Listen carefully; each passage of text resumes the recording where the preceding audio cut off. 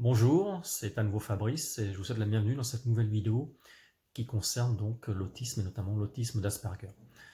Avant de continuer et de rentrer vraiment dans tout ce qui est la façon d'être des autistes, je vais juste revenir sur un petit point qu'on a évoqué dans les vidéos précédentes qui concerne la différence d'architecture et de fonctionnement du cerveau qui caractérise en fait l'autisme.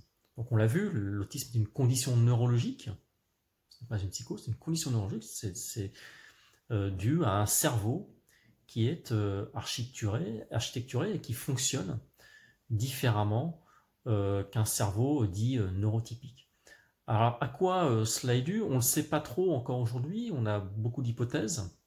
La cartographie du cerveau autistique dans sa structure et dans son fonctionnement est encore assez incomplète, donc tout ce qu'on va dire relève encore des hypothèses, mais sont quand même relativement corroborées à la fois par l'imagerie médicale et puis par les témoignages que peuvent apporter les autistes sur leur perception du monde en fait et leur vécu, la façon dont ils vivent leur autisme de l'intérieur.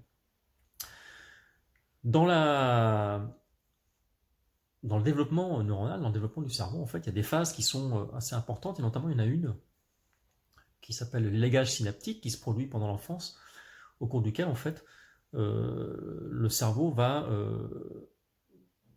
comment dire, se passer, détruire énormément de connexions neuronales qui sont présentes au tout début de la vie, et ce qui va donner, en fait, son architecture définitive au cerveau et à travers ces connexions entre ces différentes zones. On suppose en fait que chez les autistes, cet élagage neuronal se passe différemment en fait que chez les neurotypiques et que ça conduit donc à une structure neuronale synaptique différente de ce qu'on rencontre dans les cerveaux neurotypiques. Alors, ça va se traduire par différentes choses. La première chose, c'est que certaines zones chez les autistes, apparemment, sont surconnectées en termes de synapses, de neurones. Et ces zones-là concernent plutôt tout ce qui est perception concrète, perception des détails, euh, perception, on va dire, de tout ce qui est non social.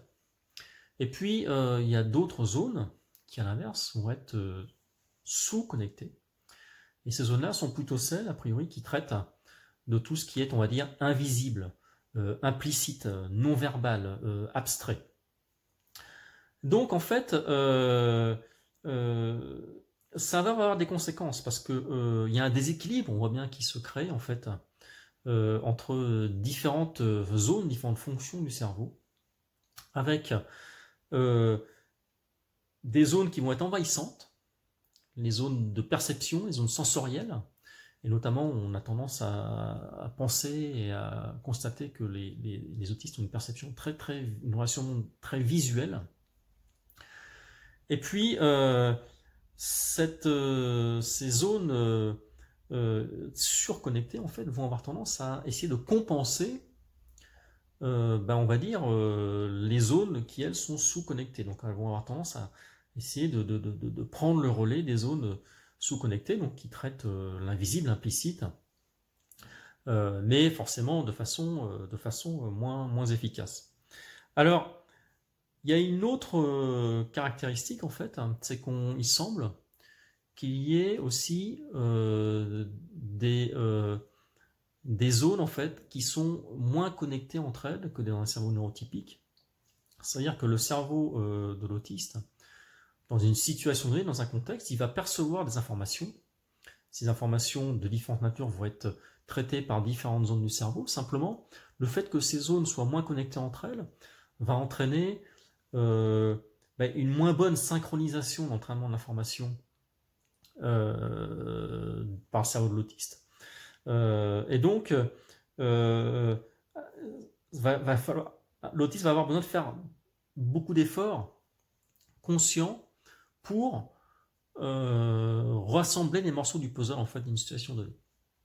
Alors en fait, si on met tout ça bout à bout, on s'aperçoit qu'en fait, on comprend bien que finalement, un cerveau d'autiste va demander à la personne concernée d'effectuer de façon consciente ou avec effort un certain nombre de traitements informationnels qui, chez des personnes neurotypiques, en fait, sont faites de façon inconsciente et automatique. Soit parce que, justement, dans un cerveau neurotypique, les différentes zones du cerveau sont connectées entre elles de façon plus efficace, et donc le traitement est beaucoup plus facile, automatisé, inconscient. Soit parce que, justement, certaines zones, notamment celles qui traitent de tout ce qui est invisible, implicite, l'appareil bénéficie d'une efficacité supérieure. Donc l'autiste, il va être obligé à la fois de conscientiser un certain nombre de tout ce qui concerne l'invisible, l'implicite. Il va être obligé de le conscientiser en s'appuyant sur ces zones du cerveau qui sont surconnectées, mais qui ne sont pas forcément faites pour faire ça. Il va être aussi obligé de conscientiser, en fait, la mise ensemble, le rassemblement des différents morceaux du puzzle d'informations que constitue une scène ou un contexte donné. Et donc ça va être un effort intellectuel significatif que souvent la personne autiste va être obligée de faire en permanence pour arriver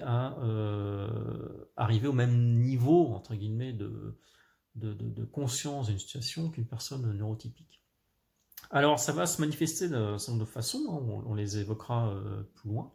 Mais voilà, une fois qu'on a dit ça, on a bien compris qu'en fait, le cerveau de l'autiste est construit différemment, il fonctionne différemment, et donc forcément,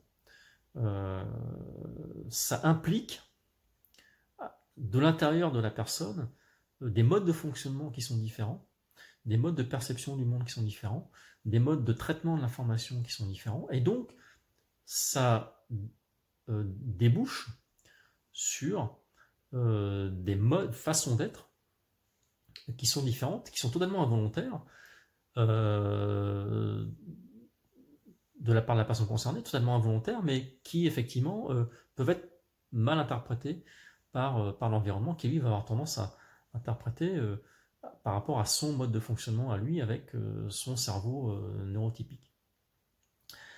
Par exemple, typiquement, on aura pendant l'occasion de le réévoquer, mais un cerveau d'autiste a tendance à ne traiter que des informations qu'il connaît déjà. Il va avoir beaucoup de mal à percevoir des nouveautés, des différences ou des choses qui ont évolué dans son environnement, parce que le cerveau autistique va avoir tendance à traiter en priorité l'information qu'il connaît déjà, et donc ce qui va pouvoir impliquer des situations un peu différentes. On en aura l'occasion d'en reparler avec des situations peut-être un peu plus concrètes, pour essayer de bien comprendre en fait ce que ça signifie pour la personne concernée et pour son entourage. Voilà, j'espère que tout cela a été suffisamment clair, et puis je vous donne rendez-vous pour les vidéos suivantes où on abordera justement les manifestations de tout cela dans la vie quotidienne d'une personne autiste. Je vous remercie beaucoup pour votre attention, et puis n'hésitez pas, comme je vous l'ai déjà suggéré, à me contacter, à me poser des questions si vous avez besoin de renseignements complémentaires, et puis à parler de ces vidéos autour de vous si vous pensez qu'elles peuvent être intéressantes pour des personnes concernées. Je vous remercie beaucoup, je vous dis à une prochaine fois.